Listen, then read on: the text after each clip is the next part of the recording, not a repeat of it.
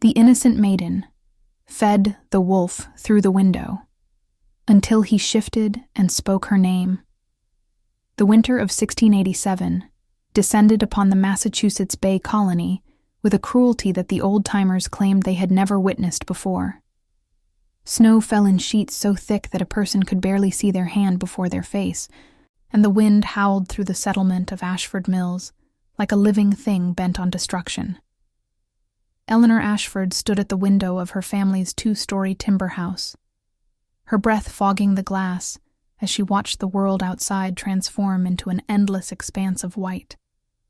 At 17, she had lived through many harsh winters, but something about this one felt different, ominous in a way she couldn't quite articulate. The house creaked and groaned under the weight of accumulated snow, and Eleanor pulled her woolen shawl tighter around her shoulders. Her father, Jonathan Ashford, sat by the hearth below, reviewing ledgers by candlelight. He was a magistrate and landowner, a man whose word carried weight in their small community of 200 souls. Her mother, Catherine, had died 3 years prior from consumption, leaving Eleanor to manage the household and care for her 2 younger brothers, Samuel and Benjamin, ages 12 and 9. The responsibility had aged her beyond her years, stealing away the carefree nature she had once possessed. "Eleanor," her father's voice called from below. "Stop your daydreaming and come help prepare supper. Your brothers will be home from their studies shortly." She descended the narrow staircase, her hand trailing along the rough-hewn banister her grandfather had carved when he first built this house 40 years ago. The main room was warm from the fire, but the corners held shadows that seemed darker than usual. As she began preparing salt pork and turnips, she couldn't shake the feeling that something significant was about to change, though she had no rational reason for such a premonition. If you're enjoying this story so far, please take a moment to subscribe to our channel and leave a comment letting us know where you're watching from. We love hearing from viewers all around the world. Now, let's continue with Eleanor's story. That evening, after her brothers had been fed and sent to bed, Eleanor climbed the stairs to her small bedroom under the eaves. She had just begun to undress for the night when she heard it, a soft scratching sound at her window. So faint she almost convinced herself she had imagined it, but then it came again, more insistent this time, accompanied by what sounded like a low whimper. Her heart hammering, Eleanor approached the window and pulled back the heavy curtain. What she saw made her gasp. A face peered back at her through the frost-covered glass, gaunt, bearded, and streaked with dirt, but undeniably human. Dark eyes stared at her with an intensity that was both frightening and desperately pleading. The man, for it was clearly a man, though barely recognizable as such, pressed his palm against the window, and she could see his fingers were blue with cold. Every sensible instinct told her to scream, to call for her father, to run. This was precisely the kind of situation she had been warned about since childhood. Strangers were dangerous, especially men who appeared in the night like specters. The wilderness beyond their settlement was full of threats. Natives who resented the colonists' presence, escaped criminals, deserters from the various colonial militias. And yet, looking into those desperate eyes, Eleanor found herself unable to turn away. She unlatched the window and pushed it open just a crack, letting in a blast of frigid air that made her teeth chatter. "Who are you?" she whispered urgently. "What do you want?" The man's lips moved, but at first no sound emerged. He tried again, his voice coming out as a harsh rasp. "Please, food, anything." Eleanor knew she should refuse, should slam the window shut and bolt it. But something in his eyes, a profound suffering that went beyond mere physical hunger, compelled her to act against her better judgment. "Wait here," she hissed, and quickly crossed to the small trunk where she kept personal belongings. Hidden beneath her extra clothing was a piece of bread she had saved from supper, wrapped in cloth. She also grabbed a wedge of cheese and a small flask of cider. Returning to the window, she passed the bundle through the narrow opening. The man's hands shook as he took it, and for a moment their fingers touched. His skin was like ice. Thank you, he managed, his voice breaking. God bless you. You need to leave, Eleanor whispered, glancing nervously at her door. If my father discovers you here, he'll have you arrested. Or worse. The man nodded, already tearing into the bread with the desperation of someone who hadn't eaten in days. Eleanor watched, transfixed by the rawness of his need, until he suddenly looked up and met her gaze once more. I won't forget this kindness, he said, and then he was gone, disappearing into the snowy darkness, as if he had never existed at all. Eleanor secured the window and stood there trembling, not entirely from the cold. What had she just done? If anyone discovered she had fed a vagrant, a potentially dangerous stranger, she would face severe consequences. Her father's position in the community demanded that his household be above reproach. Any hint of impropriety could damage not just her reputation, but his standing among the other magistrates and landowners. She climbed into her narrow bed and pulled the quilts up to her chin, but sleep eluded her for hours.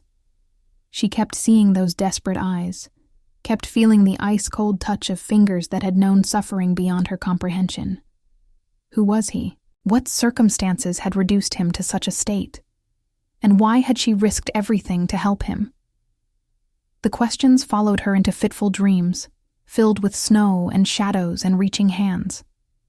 When she woke the next morning, she almost convinced herself it had been nothing more than a nightmare. But when she went to her trunk to retrieve a fresh shift, the missing food confirmed the reality of what had transpired. She had fed a stranger through her window, and in doing so, had crossed a line she could never uncross. The day passed with excruciating slowness. Eleanor went through her usual routine, preparing breakfast, supervising her brother's morning lessons since the schoolmaster was ill, mending clothes, starting dinner preparations, but her mind remained fixed on the mysterious visitor. Would he return? Should she prepare more food, or would that be inviting disaster? Her father noticed her distraction, but attributed it to female vapors, suggesting she take a tonic before bed. That evening, as darkness fell and the wind picked up once again, Eleanor found herself standing at her bedroom window, waiting. She told herself she was being foolish, that the man had surely moved on to find shelter elsewhere. But as the hours crept past and the household settled into sleep, she heard it again, that soft, hesitant scratching at the glass. She pulled back the curtain to find the same face, though if possible he looked even more haggard than before. This time, she had prepared. She had squirreled away portions of food throughout the day, along with an old blanket her mother had made that no one would miss. She opened the window without hesitation. You came back, she said, stating the obvious, because she didn't know what else to say. I shouldn't have, the man replied, accepting the bundle she offered. But I'm not strong enough yet to keep moving, and you're the only person for miles who hasn't tried to drive me away with dogs or bullets. Who are you? Eleanor asked, emboldened by the darkness and the strange intimacy of their secret exchange. He hesitated, then seemed to decide that honesty was the least he owed her. My name is Thomas Blackwood. I was a soldier in King Philip's War, but He trailed off, his jaw tightening. I left my post. Deserted, if you want the legal term. Been running ever since. Eleanor knew about King Philip's War, the brutal conflict with the native tribes that had ended more than a decade ago. She had been just a small child when it happened, but the stories of violence and atrocity on both sides still circulated through the colony. Deserters were considered among the worst of criminals, cowards who had abandoned their duty to God and country. How long have you been running? She asked. 12 years, give or take. Thomas's laugh was bitter. Though running isn't quite accurate anymore, more like surviving, barely, from one day to the next. Why did you desert? The question hung in the cold air between them. Thomas was quiet for so long that Eleanor thought he might not answer. Finally he spoke, his voice barely above a whisper. because they ordered us to burn a village. Women and children inside. And when I refused, when I tried to stop it, they turned on me. Said I was a traitor, a native lover. I barely escaped with my life. Eleanor felt something shift inside her chest, a crack in the foundation of certainty upon which her entire worldview had been built. She had been raised to believe that the colonial authorities were righteous, that their actions were divinely sanctioned. The idea that they might order such atrocities, that a man might be branded a criminal for refusing to participate in massacre, challenged everything she thought she knew about justice and morality. "I'm sorry," she said, inadequate words for an impossible situation. "That must have been... I can't imagine." "No, you can't," Thomas agreed, but there was no hostility in his tone, only exhaustion. "And I pray you never have to. This world..."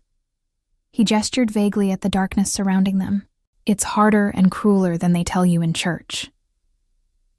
"The magistrate, Silas Porter, he's been warning people about a vagrant in the area," Eleanor said urgently.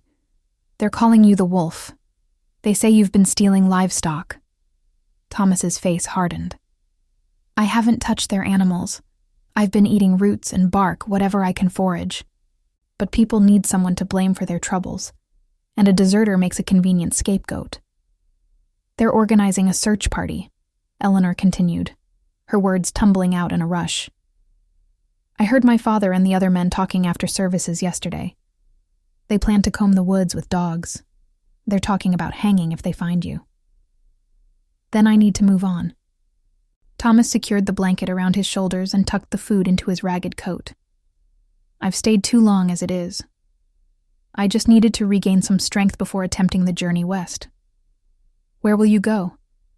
"There are territories beyond colonial control, places where a man's past doesn't follow him. Connecticut River Valley, maybe, or further. Somewhere I can work honest labor and not live in constant fear of recognition." He met her eyes, and Eleanor saw in them a depth of suffering that made her ache. "I want you to know, Eleanor Ashford." "How do you know my name?" she interrupted, startled. A ghost of a smile crossed his face. "In a settlement this small, everyone knows everyone, even those of us on the outside looking in. Your father is Jonathan Ashford, one of the most respected magistrates in the colony.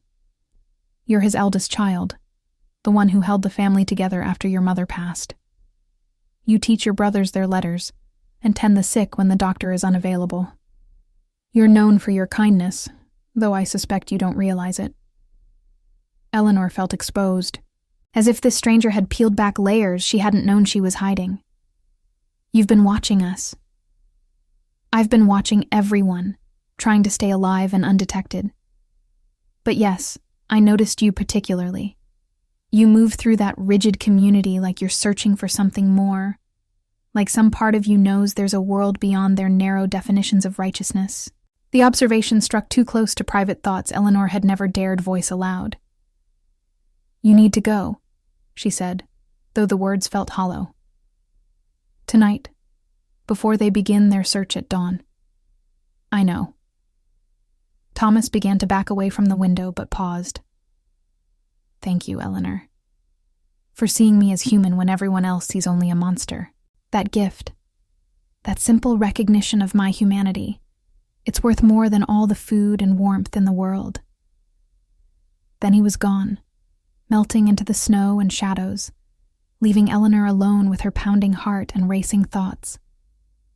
She secured the window and leaned against the wall, trying to process what had just occurred. She had aided a wanted criminal, a deserter, who by all legal standards deserved the punishment that awaited him if caught. And yet she couldn't bring herself to feel guilt, only a strange mixture of fear and exhilaration. Sleep was impossible that night. Eleanor lay in her bed listening to the sounds of the search party forming before dawn, the barking of dogs, the calls of men, the trudging of boots through deep snow. Her father had joined them, his voice authoritative as he helped organize the hunt. She pulled the quilts over her head and prayed to a God she was no longer certain she understood, pleading for Thomas's safety, even as she acknowledged the sin of praying for a criminal's escape.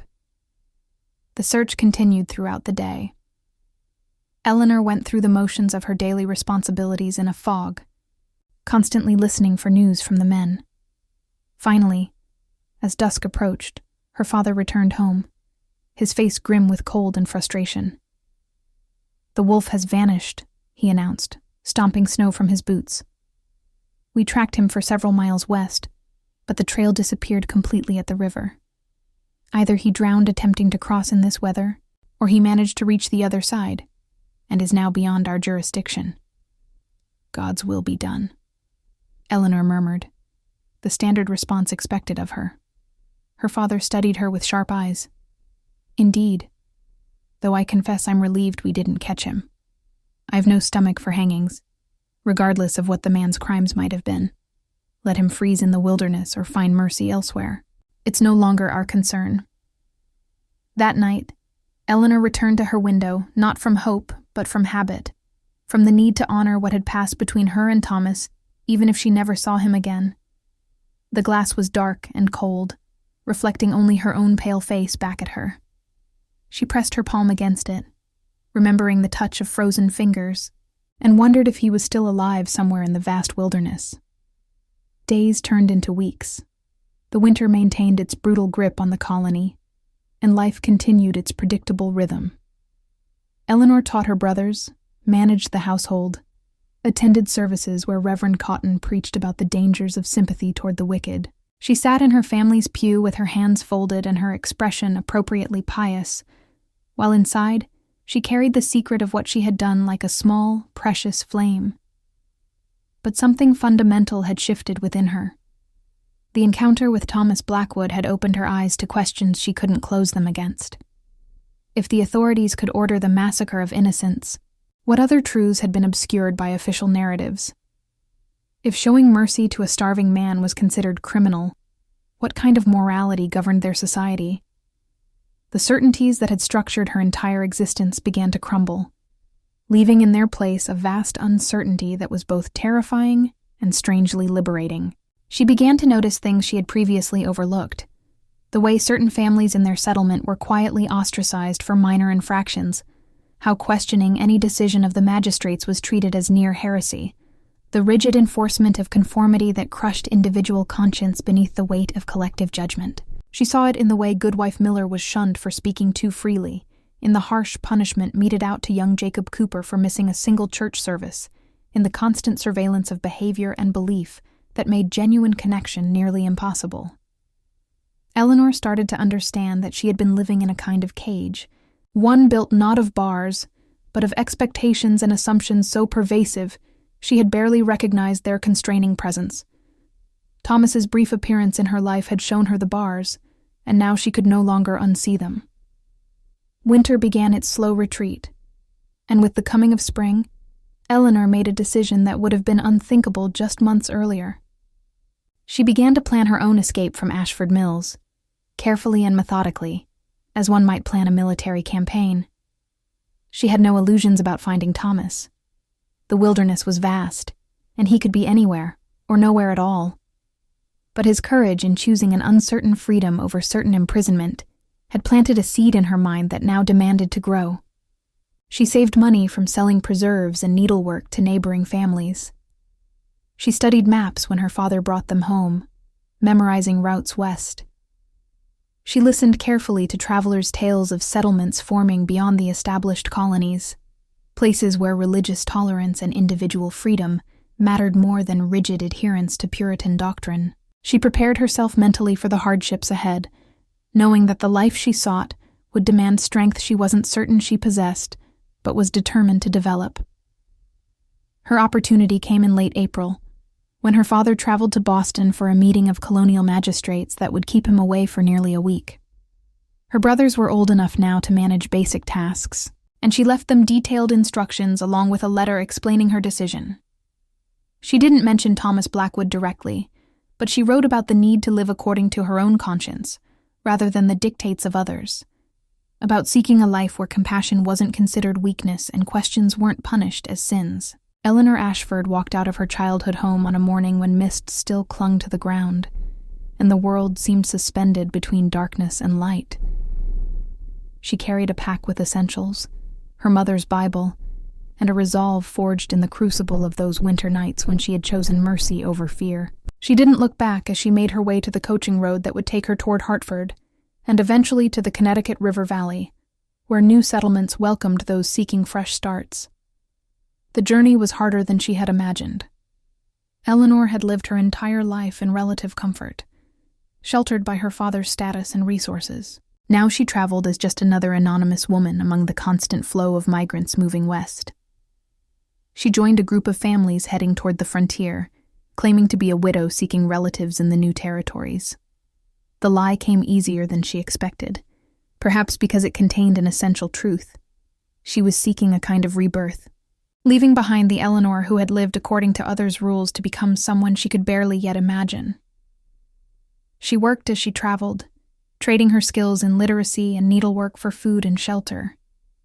She learned to sleep on the ground, to walk until her feet bled, to endure discomfort and uncertainty with a stoicism she hadn't known she could possess. Each difficult mile stripped away another layer of her former softness, revealing beneath it a core of determination that surprised even herself. In Hartford, she stayed for several weeks, working as a seamstress for a merchant's family while she recovered her strength and replenished her funds. The town was larger than anything she had known, bustling with commerce and a diversity of people that fascinated her. Here were Quakers and Baptists living alongside Puritans, former soldiers and adventurers rubbing shoulders with merchants and farmers. It was the first time Eleanor had experienced a community where rigid religious conformity wasn't the primary organizing principle of existence. From Hartford, she continued west to a settlement called Liberty Creek, drawn by reports of a community actively seeking teachers and skilled workers. The journey took another month, much of it on foot when the wagon train she had joined diverted north. But when she finally crested the ridge and saw the small collection of buildings nestled in a valley beside a swift-flowing creek, something in her chest expanded with a feeling she barely recognized as hope. Liberty Creek was exactly what she had been seeking, without quite knowing what she sought. Established only 3 years prior by a mixed group of religious refugees and former soldiers, the settlement had been built on principles of tolerance and mutual aid. They needed a teacher desperately. The half-dozen children in the community were being educated haphazardly by whichever parent had time, and Eleanor was hired immediately. She took lodgings above the general store run by a middle-aged widow named Martha Green, who reminded Eleanor painfully of her mother. The room was small but clean, with a window that looked out over the main street. Eleanor stood at that window her first night in Liberty Creek and felt something she hadn't experienced since before her mother's death, a sense of possibility, of being exactly where she needed to be. The weeks turned into months as Eleanor established herself in her new community. Teaching the children gave her a purpose beyond mere survival, a way to contribute meaningfully to building something better than what she had left behind. She was good at it, patient and creative in her methods, and the parents appreciated her dedication. The children responded to her genuine interest in their development, and Eleanor discovered a talent for making learning engaging rather than punitive. She made friends slowly, still cautious about revealing too much of her past. Martha Green became a confidant of sorts, a woman who had also fled an oppressive situation and understood the courage required to start over. There was Daniel Cooper, the blacksmith, who had been a soldier in various colonial conflicts and carried his own shadows. Sarah and John Williams, former Quakers who had been driven from Pennsylvania for their beliefs. Each person in Liberty Creek had a story of displacement and renewal, and together, they were building something that felt more authentic than the rigid communities they had left behind. Summer arrived, bringing with it the hard work of establishing farms and expanding the settlement. Eleanor helped where she could, discovering muscles she hadn't known she possessed as she joined work parties to clear land and build new structures. The physical labor was exhausting, but also liberating, a way of connecting with her body and her capabilities that her previous life had never allowed. It was on a warm July afternoon, as Eleanor helped harvest vegetables from the community garden, that she heard someone calling her name. She looked up, shading her eyes against the sun, and saw Martha Green hurrying toward her with an expression of barely contained excitement.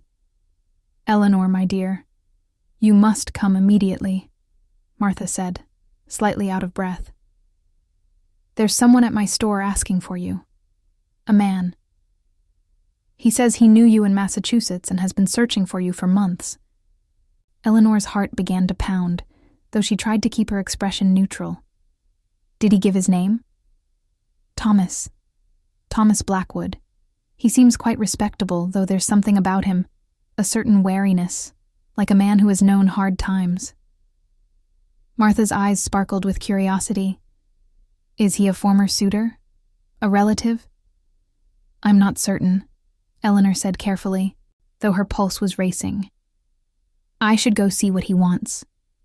She walked back toward the settlement with Martha, chattering beside her about the romantic possibilities of a man traveling such distances to find a lost love, while Eleanor tried to process the impossibility of what was happening. Thomas Blackwood here? It seemed beyond coincidence, beyond rational explanation. And yet, as they approached Martha's store, and she saw the figure standing in the doorway, there could be no doubt. He had changed significantly from the desperate, half-frozen vagrant who had appeared at her window. He was clean now, his hair cut short, and his clothing whole. He had gained weight, filling out the frame that had been skeletal with starvation. But the eyes were the same, dark and intense, carrying depths of experience that couldn't be erased by time or circumstance. Their gazes met across the dusty street, and Eleanor watched Thomas's face transform as recognition dawned. He had been seeking her, yes, but perhaps hadn't quite believed he would actually find her. For a long moment they simply stared at each other, two people whose lives had intersected so briefly, but so significantly, that both had been forever altered.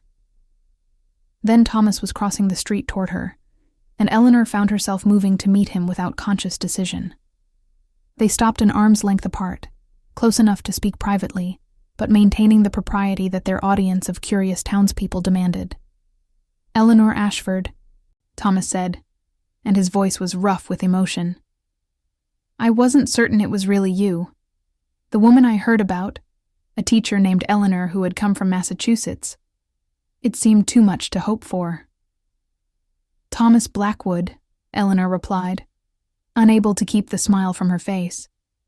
"You're alive, and you look human," he supplied with a hint of his old humor. "Yes, well, steady employment and regular meals will do that. You look different too, stronger, more yourself, somehow." "I am myself," Eleanor agreed, perhaps for the first time. "But how did you find me? Why did you come looking?" Thomas glanced around at the gathering crowd of curious onlookers, then back to Eleanor. "It's a long story.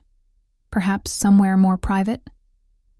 Martha Green, who had been watching this exchange with undisguised fascination, stepped forward. "You can use my parlor if you like. I'll make certain you're not disturbed." Eleanor nodded gratefully and led Thomas into the store and up the stairs to Martha's private quarters. The parlor was a comfortable room filled with the pleasant clutter of Martha's many interests. Thomas stood awkwardly until Eleanor gestured for him to sit, then took a chair across from him, close enough to talk, but far enough to maintain some semblance of propriety. "Tell me," Eleanor said simply. "Tell me everything." And so Thomas told her about his journey west after leaving Ashford Mills, about reaching the Connecticut River Valley and finding work at a lumber camp. He had kept his head down and his past hidden, slowly rebuilding both his body and his sense of self-worth. He had eventually moved to a settlement called Riverside, where his carpentry skills had earned him steady employment and grudging respect. "But I couldn't forget you," Thomas admitted, his hands clasped between his knees. "The girl who saw past what I had become to recognize my humanity. I kept thinking about you, trapped in that rigid community, and wondering if you had ever found a way out. Then, about 3 months ago, a traveling merchant passed through Riverside with news from various settlements.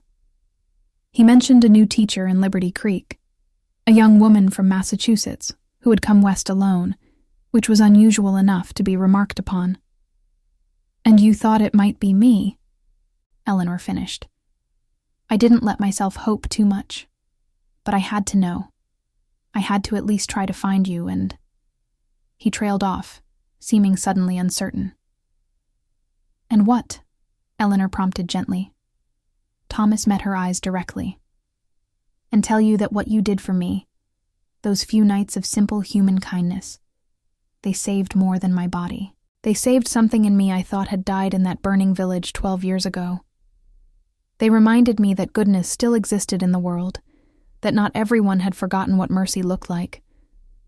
You gave me back my faith, not in God necessarily, but in humanity itself." Eleanor felt tears prickling behind her eyes. "You did the same for me, though in a different way. Watching you choose an uncertain future over certain persecution, seeing you value your conscience above your safety, it showed me that another way of living was possible. You helped me understand that true righteousness lies in following what you know to be right, even when everyone else insists you're wrong." They talked for hours, their conversation flowing with the ease of people who had been through similar crucibles and emerged transformed. Thomas told her about his work building homes and furniture in Riverside, about the satisfaction of creating things with his hands that would outlast him. Eleanor shared her experiences teaching in Liberty Creek, the joy of watching children's minds open to new possibilities, the sense of contributing to something meaningful. As the afternoon shadows lengthened, Thomas finally broached the question that had been hovering unspoken between them. "Eleanor, I came here to find you, but I didn't let myself think beyond that moment. Now that we're here, now that I've found you and you seem, well, happy, I'm not certain what comes next." Eleanor considered her response carefully. "What do you want to come next?" "In an ideal world, I'd ask if I could stay here, in Liberty Creek. I'd court you properly, give us both time to truly know each other beyond those desperate circumstances that brought us together. I'd build us a house with large windows that let in abundant light. We'd create a life based on the values we've both fought so hard to claim: compassion, integrity, freedom of conscience." Thomas paused, his expression vulnerable in a way that made Eleanor's heart ache. "But I'm a wanted deserter, with nothing to offer you but a complicated past and an uncertain future." "The past doesn't matter here," Eleanor said firmly. "That's the entire point of places like Liberty Creek. People come here to start over, to be judged by their present actions rather than their previous mistakes. As for the future, I think we're both learning that certainty is overrated. Perhaps what matters most is choosing to build something worthwhile, even when the outcome isn't guaranteed." Thomas's face lit with cautious hope. "Does that mean you'd be willing to let me stay? To see if there might be something real between us?" Eleanor smiled, feeling a warmth spread through her chest that had nothing to do with the summer heat. "I think we already know there's something real between us. The question is whether we have the courage to explore it fully. I've crossed half a colony to find you," Thomas said, with a hint of his old humor returning. "I think I can manage the courage to stay." They emerged from Martha's parlor to find the widow waiting with poorly concealed excitement and a community that had already begun speculating about the mysterious stranger who had come seeking their teacher. Thomas was subjected to friendly but thorough questioning from Daniel Cooper and several other men, while Eleanor found herself surrounded by the settlement's women, all eager to know the romantic details of their story. Eleanor told them a carefully edited version, that Thomas had helped her family during a difficult time in Massachusetts, that they had lost touch when he moved west, that his finding her again was an extraordinary stroke of good fortune. It was true enough, if not entirely complete. Some secrets were too precious to share, even with well-meaning friends. Over the following weeks, Thomas integrated himself into the Liberty Creek community. He partnered with Daniel Cooper in the blacksmith shop, combining his carpentry skills with Daniel's metalwork to create furniture and tools the growing settlement desperately needed. He took lodgings in the boarding house run by an elderly couple, the Hendersons, and began the slow process of building a reputation as an honest and skilled craftsman. He courted Eleanor with a patience and propriety that would have satisfied even her father's strict standards. They took walks along the creek after her teaching day ended, talking about everything from philosophy to practical matters of farming and construction. They attended the community's informal religious gatherings, where various faiths mixed freely and theological debate was encouraged rather than suppressed. They worked side by side on projects that benefited the settlement, discovering how well they complemented each other's strengths and weaknesses. The people of Liberty Creek watched their growing relationship with approval. There was something about Thomas and Eleanor that resonated with the community's founding ideals.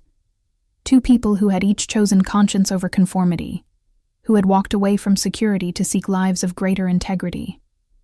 Their union, when it came, would represent the kind of new beginning Liberty Creek was meant to embody. As summer faded into autumn, Thomas approached Eleanor with plans he had been sketching for a house. "I know I haven't formally asked yet," he said, spreading the drawings across Martha's kitchen table where Eleanor was reviewing lesson plans. "But I wanted you to see what I've been thinking about. If, and I know this is a significant if, you were willing to consider a future together, this is what I envision." The drawing showed a modest but well-designed home with the large windows Thomas had mentioned, a separate room that could serve as Eleanor's school, and a workshop where he could practice his carpentry. It was practical and beautiful, a physical manifestation of the life they might build together.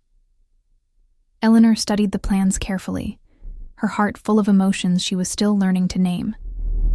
"It's perfect," she said finally. Assuming, of course, that the formal question you mentioned eventually gets asked. Thomas set down the drawings and took both her hands in his. "Eleanor Ashford, would you consent to marry me? I can't promise you wealth or absolute safety or any kind of conventional security. What I can promise is absolute honesty, unwavering respect for your intelligence and autonomy, and a partnership based on mutual support and shared values. I can promise you a life built on the principles we both hold dear, even when those principles require sacrifice." Eleanor felt tears streaming down her face, though she was smiling broadly. "Yes," she said simply. "Yes to all of it, the uncertainty, the partnership, the life we'll build together. Yes." They married in October, in a ceremony that reflected their shared values and their community's inclusive nature. Various neighbors spoke blessings from their different faith traditions: Puritan, Quaker, Baptist, and even a former Catholic who had fled persecution in Maryland. There was no magistrate to pronounce judgment, no rigid doctrine to constrain their vows. Instead, Thomas and Eleanor spoke to each other from the heart, promising mutual respect, honest communication, and the courage to keep choosing each other, even when circumstances made that choice difficult. Eleanor wore a dress of deep blue that Martha and the other women had helped her sew, and Thomas stood beside her in clean work clothes, his hand steady, as he placed a copper ring he had crafted himself on her finger. When they were pronounced married by common consent of the gathered community, the celebration that followed was joyous and generous, with food and music that continued long into the evening. They moved into temporary quarters in the boarding house while work began on their home.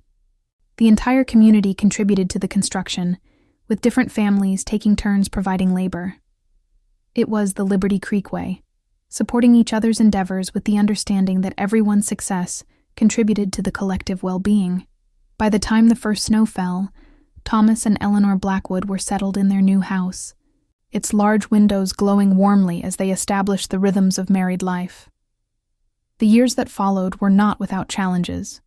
Money was often tight, winters were harsh, and the work of building a settlement from scratch demanded constant effort. But Thomas and Eleanor faced each difficulty as partners, their bond deepening through shared adversity. They learned each other's patterns and preferences, discovered how to navigate conflicts with honesty and compassion, and created a home that reflected their values of openness and acceptance. Their first child, a daughter they named Catherine after Eleanor's mother, was born in the autumn of their second year of marriage. Eleanor continued teaching until late in her pregnancy, and returned to it once Catherine was old enough to be minded by Martha during school hours. Their second child, a son named Jonathan, arrived 2 years later, followed by another daughter, Sarah, 3 years after that. Eleanor and Thomas raised their children with a different set of values than either had known in their own upbringing. They taught them about compassion without judgment, about the importance of questioning rather than blindly accepting authority, about seeing the humanity in others regardless of their circumstances.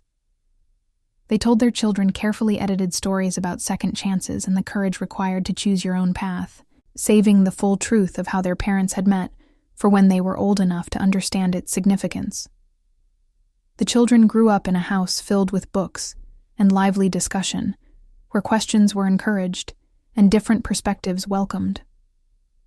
Catherine showed an early aptitude for numbers and eventually took over managing accounts for various Liberty Creek businesses. Jonathan inherited his father's skill with woodworking and his mother's love of teaching, becoming an apprentice to Thomas while also helping Eleanor with younger students. Sarah developed a gift for healing, learning herbal medicine from various community members, and eventually establishing herself as Liberty Creek's primary medical practitioner. As the settlement grew and prospered, Eleanor and Thomas became respected elders in the community. Thomas's carpentry business expanded to include several apprentices, and the furniture he created became sought after throughout the region. Eleanor's school evolved into a proper academy, attracting students from neighboring settlements. Together, they helped establish Liberty Creek's basic governance structure, advocating for principles of consensus decision-making and protection of individual conscience that reflected their founding ideals. They corresponded occasionally with Eleanor's brothers, who had eventually forgiven her departure once they understood she had found genuine happiness. Samuel and Benjamin both remained in Massachusetts, bound by ties of property and position that made leaving difficult, but they visited Liberty Creek several times over the years and marveled at what their sister had built. Jonathan Ashford never reconciled fully with Eleanor's choices, though in his final years he wrote her a letter acknowledging that she had perhaps found a life of greater integrity than the one he could have provided. On their 15th anniversary, as Eleanor and Thomas sat on the porch of their home watching their children play in the yard, she turned to him with a question that had been forming in her mind. "Do you ever wonder what would have happened if I hadn't opened that window? If I had done what I was supposed to do and called for my father instead?" Thomas was quiet for a moment, considering. "I probably would have died that winter, either from exposure or from being caught and hanged, and you would have remained in Ashford Mills, eventually married off to some respectable man your father chose, living a life that slowly suffocated your spirit." "So we saved each other," Eleanor said. "We gave each other permission to save ourselves," Thomas corrected gently. "You showed me that humanity and mercy still existed in the world, which gave me reason to keep fighting for survival. I showed you that different ways of living were possible, which gave you courage to seek them out. But the actual work of transformation, that we each had to do ourselves." Eleanor leaned her head against his shoulder, comfortable in the easy intimacy of long partnership. "I'm glad I opened that window." "So am I," Thomas replied, his arm coming around her shoulders. "Though I must admit, at the time I thought you were insane. A young woman from a respectable family, risking everything to feed a wanted criminal. It defied all logic." "Logic has its place," Eleanor agreed. "But sometimes the heart sees truths that logic misses. Looking at you that night, I didn't see a criminal. I saw a human being in desperate need, and my conscience wouldn't allow me to turn away. That conscience of yours, it's changed a lot of lives beyond just mine, you know." Thomas gestured toward the settlement spreading out before them. "Half the people in Liberty Creek came here because they heard about a community where conscience mattered more than conformity. Your school has taught dozens of children to think for themselves rather than simply accepting what they're told. You've created ripples that will continue long after we're gone." The thought was both humbling and satisfying. Eleanor had never sought to change the world in some grand way.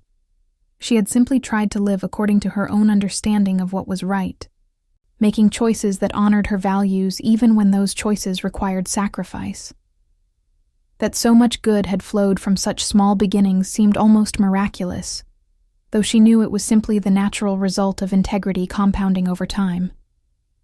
As the sun set over Liberty Creek, painting the sky in brilliant shades of orange and purple, Eleanor and Thomas called their children inside for dinner.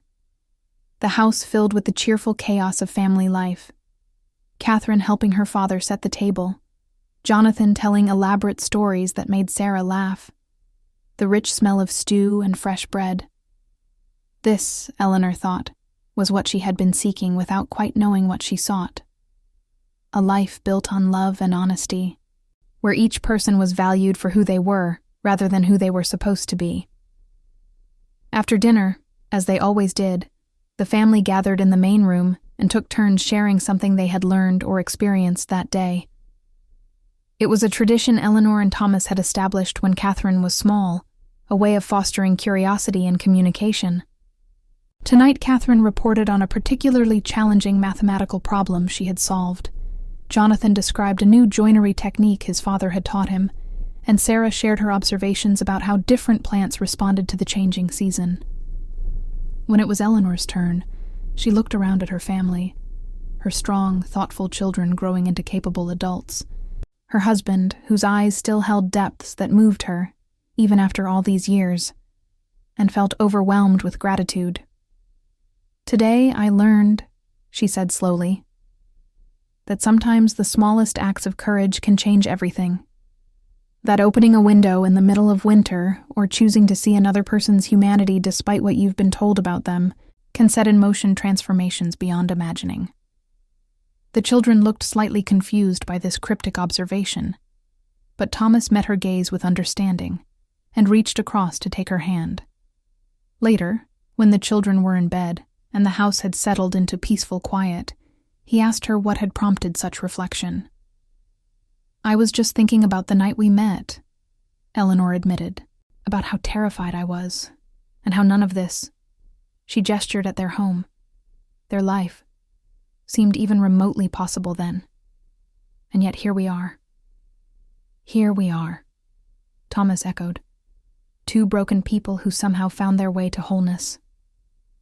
Were we really broken? Eleanor wondered. Or were we just living in systems that demanded we break ourselves to fit? Maybe both, Thomas suggested. Maybe the breaking and the healing are all part of the same process of becoming who we're meant to be. They sat together in the comfortable silence of long partnership, watching the fire burn low in the hearth. Outside, Liberty Creek slept peacefully, a community built on ideals of tolerance and mutual support, where former outcasts and refugees had created something better than what they had left behind. And at the center of it all was a house with large windows, where a woman who had once fed a stranger through glass and a man who had once been called the Wolf had built a life that honored them both. The story of how Eleanor and Thomas met remained largely private, shared only in hints and fragments, but its essence, the power of choosing compassion over fear, of seeing humanity where others saw only threat, informed everything they did and taught. Their children grew up understanding that true courage often meant standing alone for what you believed, that righteousness lay in the quality of your actions rather than the rigidity of your adherence to rules, that every person deserved to be seen and valued for who they were. As Eleanor and Thomas aged, they watched Liberty Creek grow from a struggling settlement into a thriving town. New families arrived regularly, drawn by reports of a place where different faiths and backgrounds mixed freely, where individual conscience was respected, where those seeking fresh starts found acceptance rather than judgment.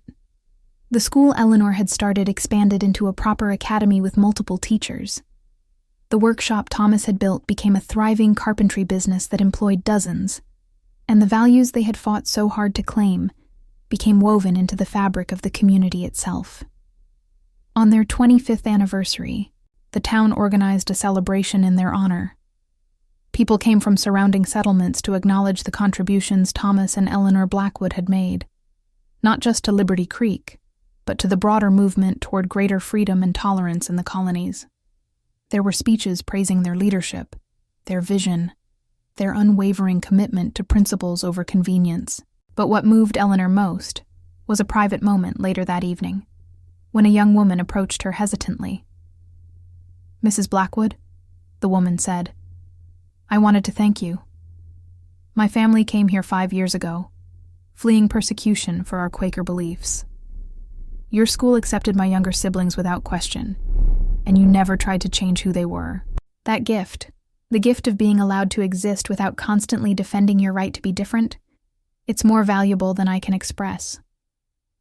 Eleanor embraced the young woman, tears streaming down her face. That's all any of us want, isn't it? To be seen and accepted for who we truly are, to build lives that reflect our deepest values rather than others' expectations. You and Mr. Blackwood showed us that was possible, the woman replied. You lived it, and in doing so, you gave the rest of us permission to try. That, Eleanor realized, was the true measure of a life well lived, not wealth or status or recognition, but the quiet impact of consistent integrity. The way living according to your principles created space for others to do the same. She and Thomas had not set out to change the world. They had simply tried to be true to themselves, to build a life that honored what they knew to be right, rather than what they had been told was required. And somehow, impossibly, that had been enough. As the years continued to pass, Eleanor and Thomas aged into beloved grandparents, their home a gathering place for an ever-expanding family. They told their grandchildren stories, carefully edited still, but growing more honest as the children matured, about the importance of compassion, about the courage required to choose your own path, about the transformative power of seeing another person's humanity, even when everyone else insists they are monstrous. In their final years, as their bodies began to fail but their minds remained sharp, they often sat together on their porch and watched the world they had helped create. Liberty Creek had become a beacon for those seeking lives of greater freedom and integrity, proof that communities could be built on principles of tolerance and mutual respect, rather than rigid conformity and judgment. We did well, didn't we? Eleanor said one evening as the sun set over the mountains in the west. We did our best, Thomas replied, his hand finding hers with the practiced ease of decades. And sometimes, when you're very fortunate, your best turns out to be enough. Eleanor thought about the girl she had been. Sheltered, naive, desperately seeking something she couldn't name. She thought about the terrifying moment when she had chosen to open her window to a stranger, how that single act of courage had changed everything. She thought about the journey that had brought her here, the struggles and triumphs, the slow accumulation of small choices that had built this extraordinary life. I have no regrets, she said finally. Not about any of it. Neither do I, Thomas agreed. Though I suspect we're among the fortunate few who can say that honestly. Perhaps. Or perhaps we just had the courage to keep choosing each other, and ourselves, even when it would have been easier to give up. Eleanor leaned against him, grateful for his solidity, his steadfast presence through all the years. Thank you for knocking on my window that night. Thank you for opening it, Thomas replied softly, and for everything that came after. They sat together as darkness fell and stars emerged, two people who had found each other against impossible odds and built something that would outlast them both. The house behind them glowed warmly with the light of family gathering for dinner, children and grandchildren whose very existence testified to the power of choosing courage over fear, compassion over judgment, love over law. Eleanor Ashford, Blackwood, died peacefully in her sleep at the age of 68, surrounded by family in the house with large windows that Thomas had built for her so many years before. Thomas followed her 6 months later, his purpose gone with her passing. Though his legacy lived on in the furniture that graced homes throughout the region and the community he had helped build.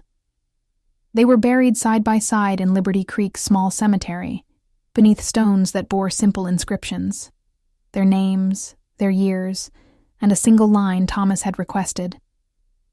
They chose compassion over fear. It was, perhaps, the most honest epitaph anyone could claim. A summation of 2 lives lived with intentional integrity. Their children and grandchildren gathered for the funeral, along with what seemed like half the population of Liberty Creek and representatives from surrounding settlements. Person after person stood to share what Eleanor and Thomas had meant to them. The teacher who had opened minds, the craftsman who had built homes, the couple who had modeled what partnership based on mutual respect looked like, the elders who had helped shape a community where everyone's humanity was recognized and honored. But perhaps the most moving tribute came from an elderly man who had come from 3 settlements away specifically for the funeral. He stood with difficulty, his hands shaking, and said simply, "50 years ago, Thomas Blackwood saved my life during the war, choosing mercy when he could have followed orders. That choice cost him everything: his position, his safety, his future. But it taught me that true honor lies in following your conscience even when the whole world tells you you're wrong. Everything good in my life flows from that lesson." The revelation shocked many who had known Thomas only as the quiet carpenter, the devoted husband and father.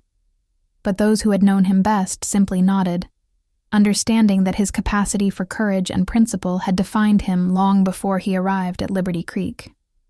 And Eleanor's children smiled through their tears, finally understanding the full story of how their parents had met, not in some romantic comedy of errors, but in the crucible of conscience choosing humanity over law. The story of Eleanor and Thomas Blackwood became part of Liberty Creek's foundational mythology, a tale told to new arrivals and old-timers alike as an example of what the community stood for. It evolved over the years, acquiring embellishments and losing details, but its essential truth remained: that 2 broken people had chosen to see each other's humanity when the world insisted they should not, and in doing so, had changed not just their own lives, but the lives of countless others. Their house with the large windows remained standing for generations, eventually becoming a museum dedicated to Liberty Creek's founding principles. Visitors walked through the rooms where Eleanor had taught and Thomas had crafted, where children had grown and love had flourished, and they marveled at how much could flow from simple acts of courage and compassion. The school Eleanor had founded continued to expand, eventually becoming a regional academy known for its progressive teaching methods and moral philosophy curriculum rooted in freedom of thought. The Liberty Creek Academy, as it came to be called, educated children from several colonies, including those whose families fled persecution elsewhere. In time, among its tutors would be Eleanor and Thomas's grandchildren, passing forward lessons born not of doctrine, but of lived conviction. In the main hall of that academy, hung at the center of the north wall, there would remain a single framed passage of words that Thomas himself once wrote to his eldest daughter before her marriage. It read, "When the cold of the world tests you, remember that the easiest path is seldom the honest one.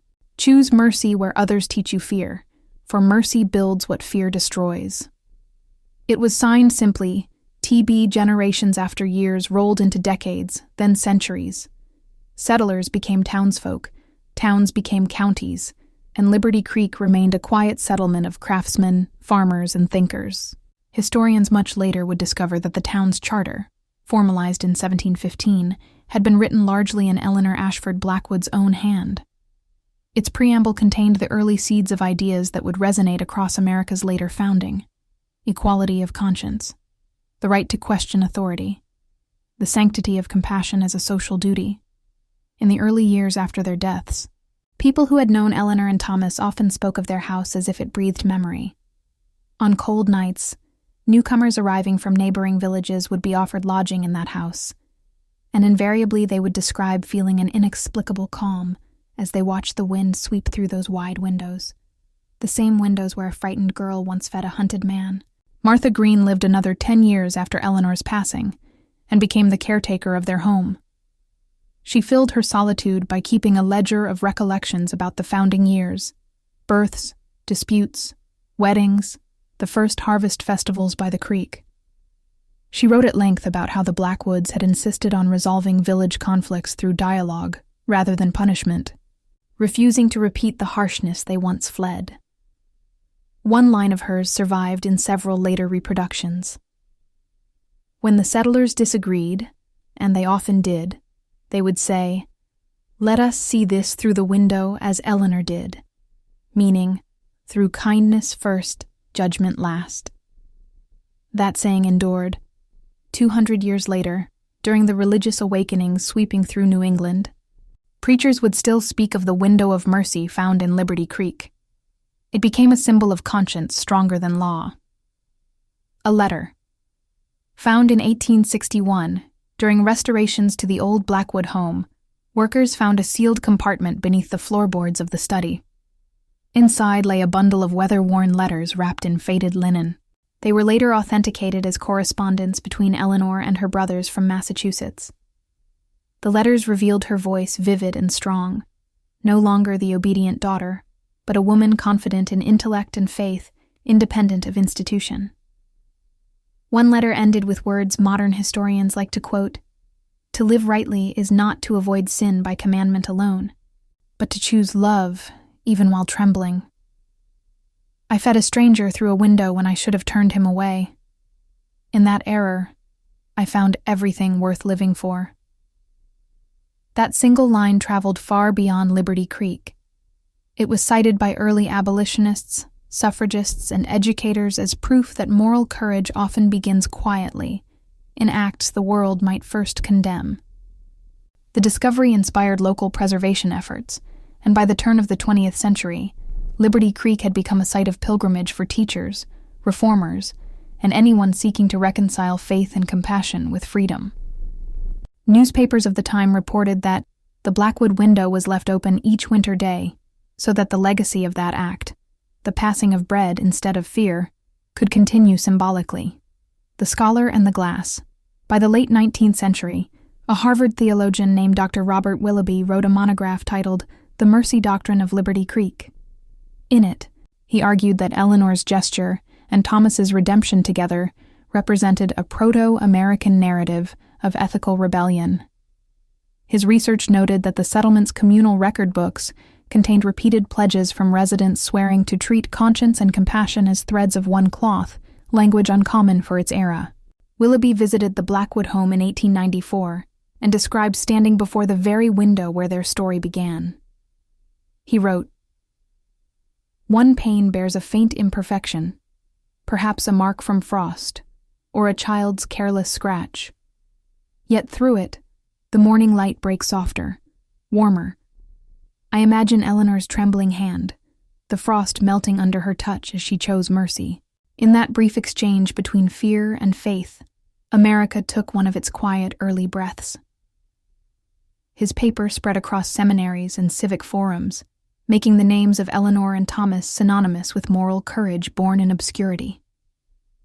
The window itself, preserved behind protective glass, became one of the earliest artifacts recognized under colonial heritage law.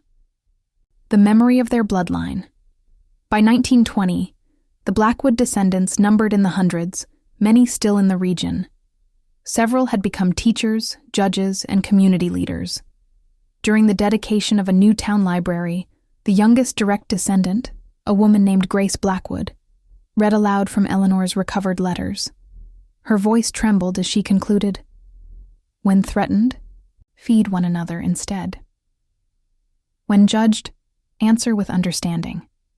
That is how civilization begins again each morning." The audience, historians recorded, rose in silent unity, not a cheer, but a moment of profound reflection. They later installed that same quote on a plaque beneath the library entrance. The century turned again. Wars came and went. Technologies birthed new worlds. And Liberty Creek grew into a quiet but prosperous New England town, known for education and craftsmanship. Yet every child raised there still learned the story. How a young Puritan woman once defied fear, and how that act of mercy redefined a man, a marriage, and eventually a community. Present day, in the modern era, Liberty Creek remains a modest place of wooden storefronts and tree-lined streets. its school among the oldest still operating in continuous form in the United States. The Blackwood House stands as a humble museum, visited by historians, writers, and schoolchildren every year. The original window remains intact, its glass faintly rippled with age. Visitors often pause before it, reading the accompanying inscription, a condensation of Eleanor's and Thomas's own words, engraved in both wood and bronze. She fed him through the window. He spoke her name. Together, they taught a world to see mercy as strength. In a small exhibit beside the window lies Thomas's carpentry tools, a saw, chisels worn smooth from use, and a hand plane whose handle has been polished by generations of admirers. Beside them sits one of Eleanor's quills and the surviving pages from her first school ledger, listing 22 children with notes in the margin like, "Quick to kindness, needs courage to speak truth," or reminded him to share bread. At dusk, the museum curator always opens that same window, just a few inches, as Eleanor once did, to let the cool air swirl through the room. Locals say it keeps the place alive. Perhaps, as legend would have it, a stray wolf's distant howl sometimes answers, low and mournful, echoing through the hills, in remembrance not of a monster, but of a man forgiven. Walking through that house today, one feels not ghosts, but continuity, the sense that compassion, once chosen, never entirely fades. It passes from act to act, generation to generation, as silent and persistent as breath itself. And though centuries have reshaped everything, from the frozen settlement of Ashford Mills to the modern towns that fill the valley, the story endures in the same simple truth, that one winter's night, amid snow and fear, a girl opened her window instead of closing it. And because she did, an entire lineage, and perhaps a better world, took its first gentle breath of mercy.